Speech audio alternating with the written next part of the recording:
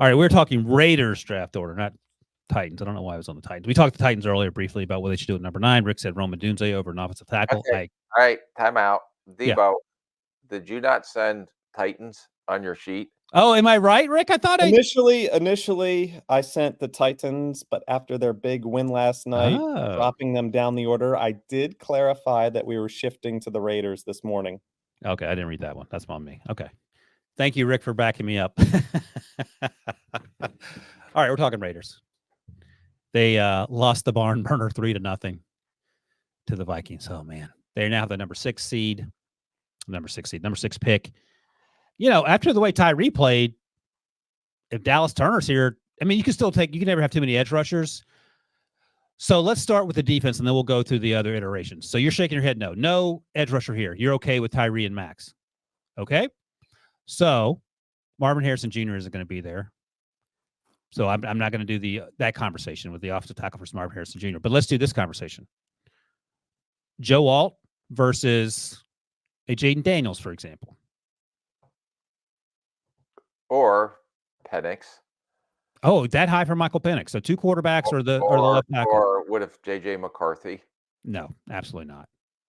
I'm not taking J.J. McCarthy 6. You draw the line at Jaden Daniels. I'm drawing the line at J.J. McCarthy. I would definitely have to think they have to get a quarterback. Oh, you think so? Okay. Yeah. All right. So I don't want to say you're overdrafting any of these quarterbacks because we have a long way to go, and the college tape is the college tape. And the college tape, I feel like it's much better for the top 4 guys that we're talking about here than what we've had in recent years. Does that sound right? Because a lot of times with Will Levis, we'd have to squint and make things happen and so on and so forth. So you can probably talk yourself into all these things. Is there a world where if Michael Penix is as clean, health-wise, as any of the other quarterbacks, that he could be QB3? No. Huh. I think he's the best thrower from the pocket. Yeah. But this game, as we're seeing, all these young quarterbacks that are having success are the guys that are making plays with their legs. And, in my comparison, and, you can put it up there and all that other stuff, and it could be wrong, but the Lamar Jackson traits in Jalen Daniels keeps popping up. So if you knew Lamar went, 32 to Baltimore that year or at the end? They traded back up. But if you knew what Lamar was going to be, would you now consider him a top 10 pick? Of course.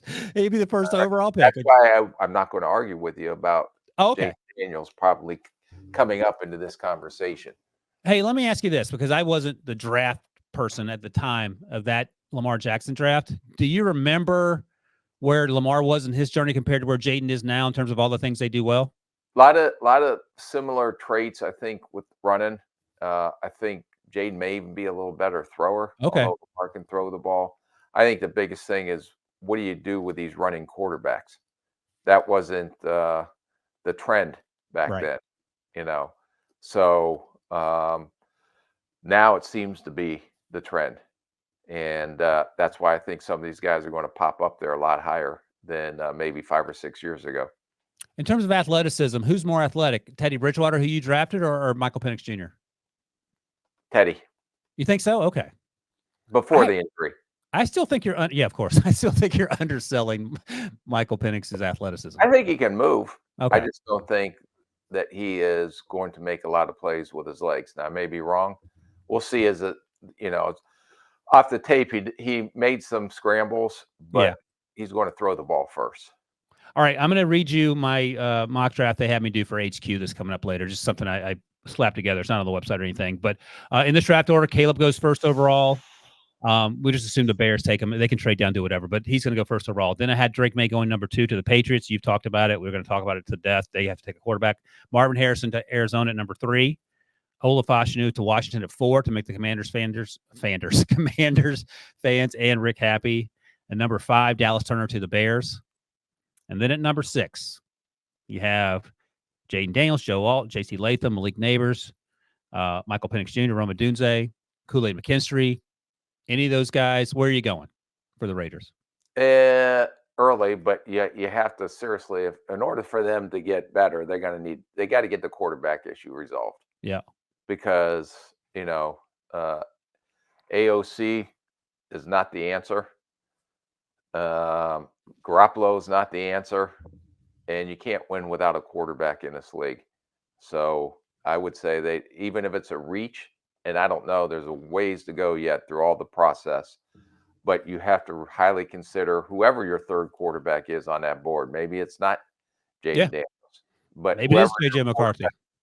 yeah, or Penix, whoever that quarterback is, that has to really, really be thought that do we go and get our quarterback, because they can't continue to play like they're playing and have a chance to win without a quarterback. And it could even be Spencer Rattler or Bo Nix. We just don't know, Rick. Well, if that, then I will definitely get a Spencer Rattler tattoo right on my forehead. Oh, he keeps doubling down, Devo. I love it. All right, one more dollar bet, and you can pick whichever side you want, and we'll get out of here. You can tell me who gets drafted first. I think I know the answer, but Spencer or Bo? Bo. All right, give me Spencer, Devo. I think he's going to make a run here in the pre-draft process. I'm already down $2.